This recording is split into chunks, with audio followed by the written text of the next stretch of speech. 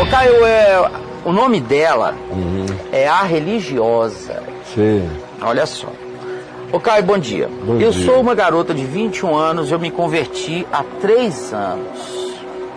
Eu tive uma experiência com Deus e oração em línguas, aquela coisa pentecostal e tudo. De uns tempos pra cá, eu venho tendo impressões que penso ser o Espírito mandando eu fazer coisas. Pensamento assim, tipo, mandando eu fazer algo, aquela famosa impressão. Até aí tudo bem, porque até certo tempo são impressões boas. Por exemplo, quando eu errava com alguém, eu tinha a impressão que era para pedir perdão e tudo, entende? Quer dizer, o que ela está chamando é a construção mental dela de voz do Espírito Santo, né? Isso. E quando a gente erra, não precisa de nada. Se a gente é humano, tem uma consciência, que já é um instrumento divino na gente, que diz: você errou, conserte isso. Mas o religioso tem que dizer: então, ouvi a voz do céu. Foi a voz do céu plantada em ti, em todo homem. Claro, uma manifestação da consciência. Já está presente como graça de Deus, como uma bússola que faz parte da tua constituição. Mas o pessoal tem que tornar tudo místico. Aí começa a tornar místico também os pensamentos, os impropérios, as blasfêmias, as loucuras. Tudo que brota do coração começa a se tornar místico também. Aí começa o conflito. Será que Deus me mandou fazer isso? Será que Deus está fazendo isso comigo? E inicia o caminho do subjetivismo encaminhador do processo de insanidade, do sutil que penetra na gente. O cara continua com capacidade funcional no cotidiano, mas entrou já no molde da interpretação insana, porque ela já parte do que existe só para a pessoa na subjetividade, e não como um dado real no mundo concreto avaliável por um conjunto de observadores imparciais. Não, o indivíduo faz daquele ponto de olhar o absoluto da observação, aí começa o processo da insanidade. E aí? Chegou um tempo, Caio, tudo que eu pensava e sentia era Deus falando comigo.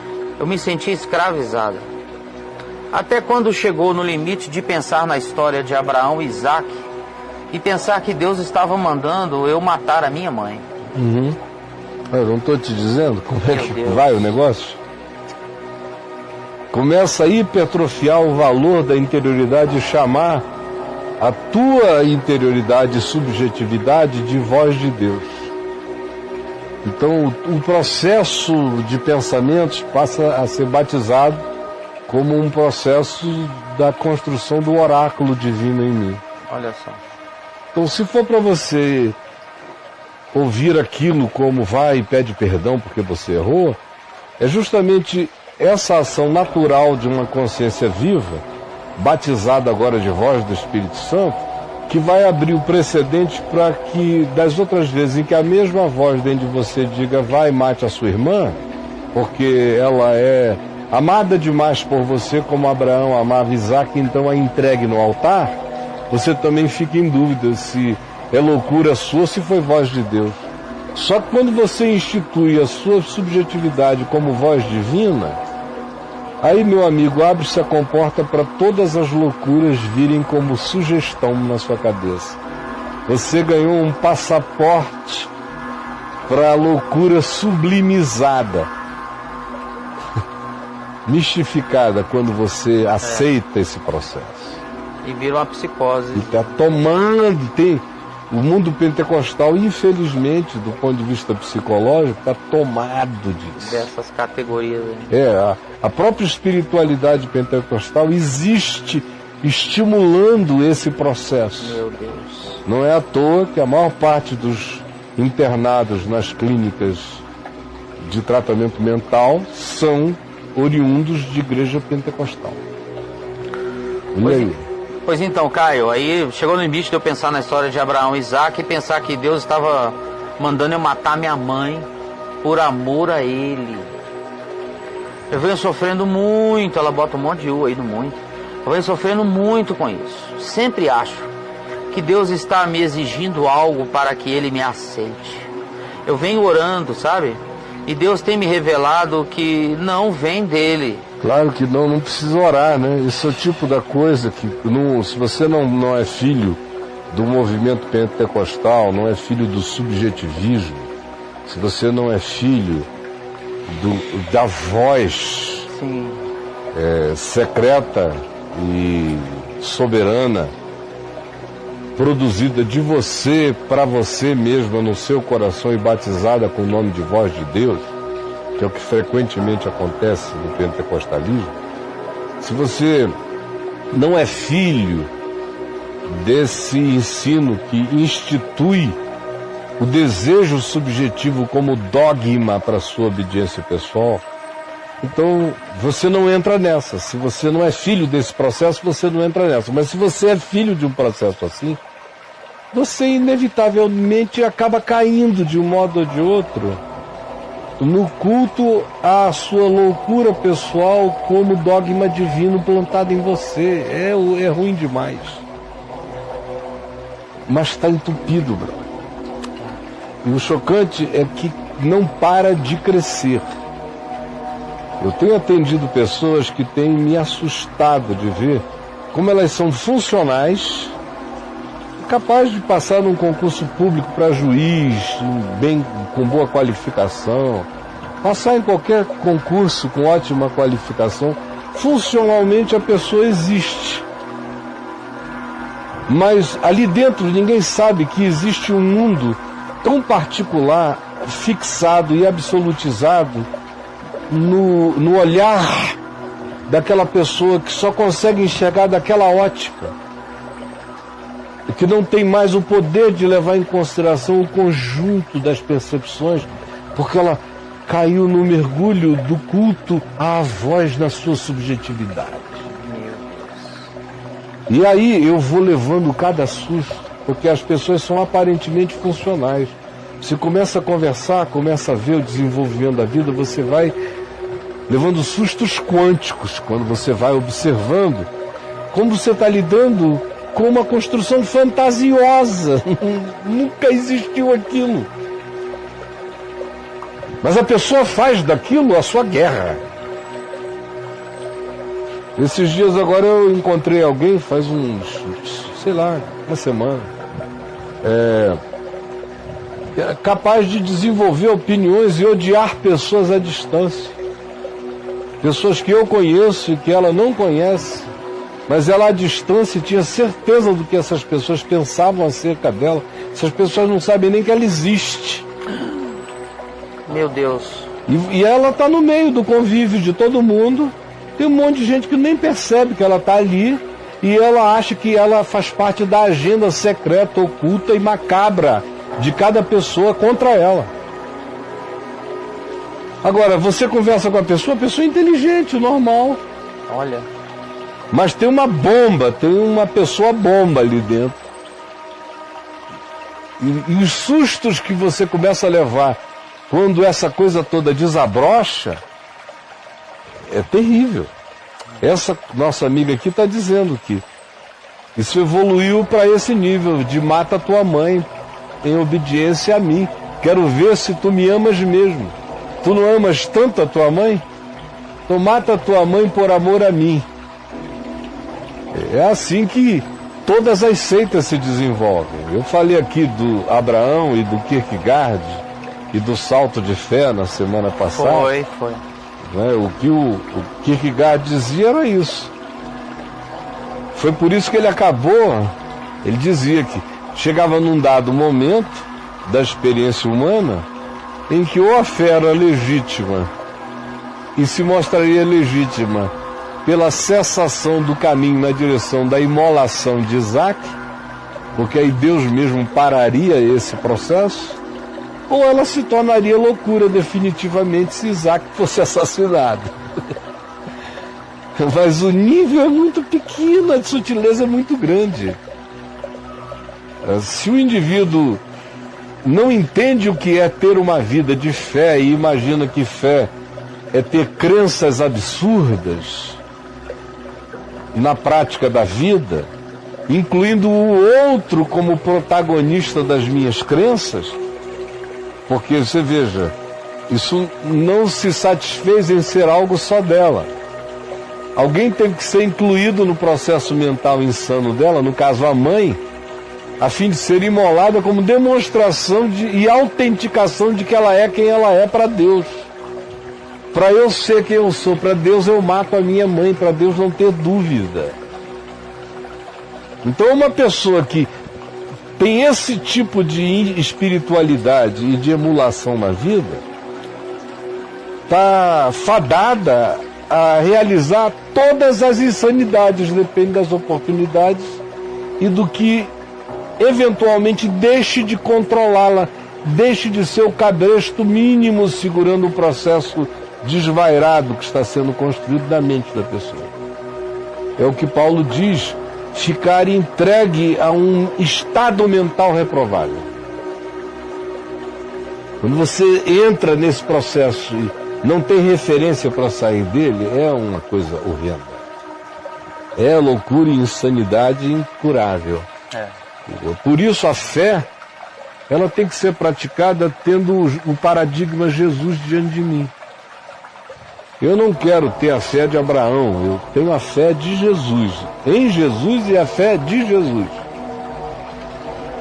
Tenho fé em Jesus e tenho a fé conforme Jesus. E a fé conforme Jesus não tem nenhuma coisa do tipo vai ao Monte Moriá e imola o teu filho. Mate fulano. Não existe isso. A única fé a qual eu me atenho é a fé em Jesus e conforme Jesus. É aí que está a saúde mental, em todos os níveis. Se eu passar disso, eu vou entrar em estado de loucura. A fé, sem o fundamento dela, que é Cristo, praticada nas relações humanas, é o caminho para a insanidade relacional. A menos que eu tenha em Jesus a qualidade relacional que a fé em Jesus me ensina a ter e que a fé de Jesus na prática dele na vida nos demonstra como é. Se eu não tiver essa referência, ou seja, se Jesus não for a chave hermenêutica da compreensão da minha fé, eu estou danado, eu enlouqueço. O meu caminho será de loucura também. E aí? Eu estou fanático, né? É só Jesus que nos desfanatiza de Deus e da religião. Jesus é totalmente não fanático. Por incrível que pareça, né? Totalmente não fanático. Tá.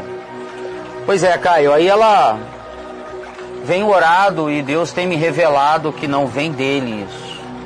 Porém alivia minha mente um pouco e depois volta.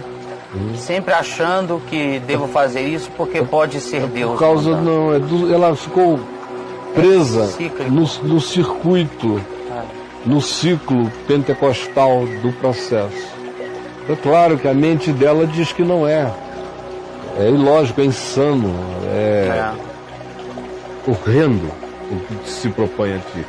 Mas o vício de anos e anos e anos daquela ciranda de pensamento faz a recorrência, te apanha de volta no carrossel e quando você vê, você está ali no cavalinho daquela angústia, no carrossel do coisa nenhuma, mas girando. Você tem que quebrar esse ciclo, você tem que acabar com esse sábado melancólico no carrossel da agonia religiosa, ouvindo aquela coisa tocando, repetindo, sair disso. Se você quiser salvar sua mente, ande aqui com a gente.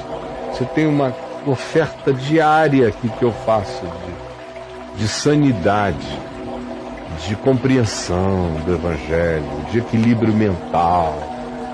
Não sei se você já percebeu, mas quem quer que esteja aqui há um tempo vê que o meu desespero é para chamar as pessoas para esse lugar de sanidade mínima de observação da vida.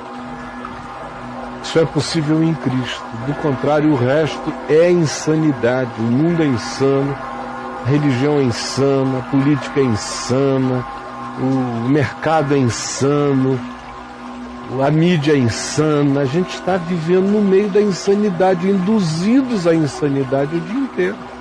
De modo que não se tornar insano é que é o grande milagre. O cotidiano é insano. E a maioria vai se tornando insana sem perceber. Vamos lá. Só para finalizar, Caio, ela escreve em caixa alta aqui, tudo maiúsculo: estou escravizado. Sempre quando estou com o pensamento livre disso, vem outro, como se Deus estivesse mandando eu fazer outra coisa. Ela vai ter que... Socorro, Caio, como faço para me libertar? Eu já expliquei a você, você vai ter que sair desse processo, você vai ter que entender que fora de Jesus não existe palavra de Deus para nenhum de nós. E em Jesus não existe nenhuma ordem do tipo, vá ao Monte Moriá. E quando quiseram fazer uma insinuação assim, não de subida a um monte, fizeram até de subida ao monte. Sobe do monte, ajoelha-te, e tudo eu te darei se tu me ajoelhares na montanha, me adorares ajoelhado na montanha. E Jesus disse, arreda, Satanás. A outra proposta foi, pula do pináculo do templo, ali da parede de sustentação mais alta, onde tem um abismo para baixo. Pula lá de cima, tem gente a beça subindo nas escadarias, eles verão, como os anjos virão e farão paraquedas para o teu pouso.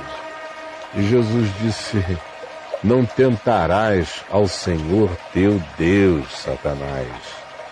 Ô criatura, de qualquer que seja o mundo, não tentarás. A ordem da natureza criada por Deus desce pela escada. O que a gente vê em Jesus é um não constante a essas mirabolâncias. Ele manda não jurar nem pelo céu, nem pela terra, nem por Jerusalém, nem por lugar nenhum. Seja o seu sim, sim, o seu não, não. Ele diz, no mundo tereis aflições, nos chama para o mundo real, não engana ninguém, diz que a vida é pesada mesmo. Ensina o humor do amor, o amor do humor, o tem de bom ânimo. Se ensina o que é vencer o mundo, e não tem nada a ver com demonstrações de amor subjetivo por Deus, sacrificando o próximo no altar de Deus. Isso é loucura e insanidade. Em nome de Jesus está repreendido, você entendeu? Venha ler o Evangelho de carreirinha comigo, deixa a palavra lavar a tua cabeça, o Novo Testamento, o Evangelho de Cristo, e siga aqui com a gente todo dia. Você vai ficar livre desse mal. Mergulhe no meu portal, bote lá a palavra saúde mental, por exemplo. Saúde mental, no portal Caio Fábio. Veja quantos registros para saúde mental. 82. 82. Veja os vídeos, leia os textos de saúde mental. Escreva aí subjetivismo, se você puder, no portal. Subjetivismo. Vá lá e veja o perigo de se mergulhar nesse subjetivismo de crenças. Isso. Que geram o ambiente adequado. São o próprio bioma da catástrofe e da insanidade. Subjetivismo, 6 registros. Escreva lá a palavra fé saudável, a expressão fé saudável ou saúde na fé, algo assim. Veja, vocês todos, eu não estou agora falando só com vocês, estou falando com milhares de outras pessoas. 63, anotem isso, pesquisem isso, estudem isso, porque está todo mundo muito doentão em volta. A exceção são os que não estão. A maioria está. Anda aqui comigo, você vai entender e você vai ficar livre disso sem notar.